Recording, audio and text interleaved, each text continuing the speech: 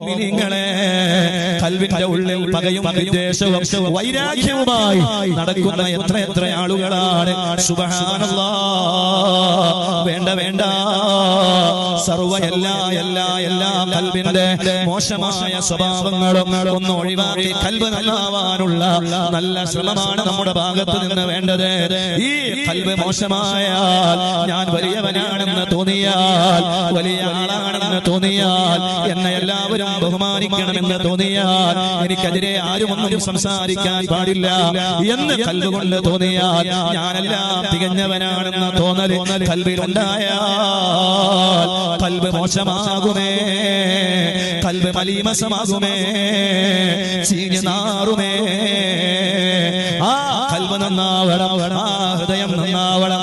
അതെ, ഞാനൊന്നിനും കൊള്ളാത്തവനാണ്, എന്റെ റബ്ബ് എന്നെ പരിഗണിക്കുമോ, ഞാനൊരു സാധുവാണ്, അതെ നല്ല ഖൽബായി മാറണം. ഞാനെല്ലാം തികഞ്ഞവനാണെന്ന തോന്നലുണ്ടായാൽ, ഈ വസ്ത്രമിട്ടത് വെറുതെയാണ്, ഈ തലയിൽ കെട്ട് കെട്ടിയത് വെറുതെയാണ്, ഈ മേൽവസ്ത്രം ധരിച്ചത് വെറുതെയാണ്, കയ്യിൽ നല്ല വാച്ച് കെട്ടിയത് വെറുതെയാണ്, നമ്മൾ വലിയ ആളാണെന്ന് തോന്നുന്നതല്ല, വെറുതെയാണ് മുഅ്മിനീങ്ങളെ.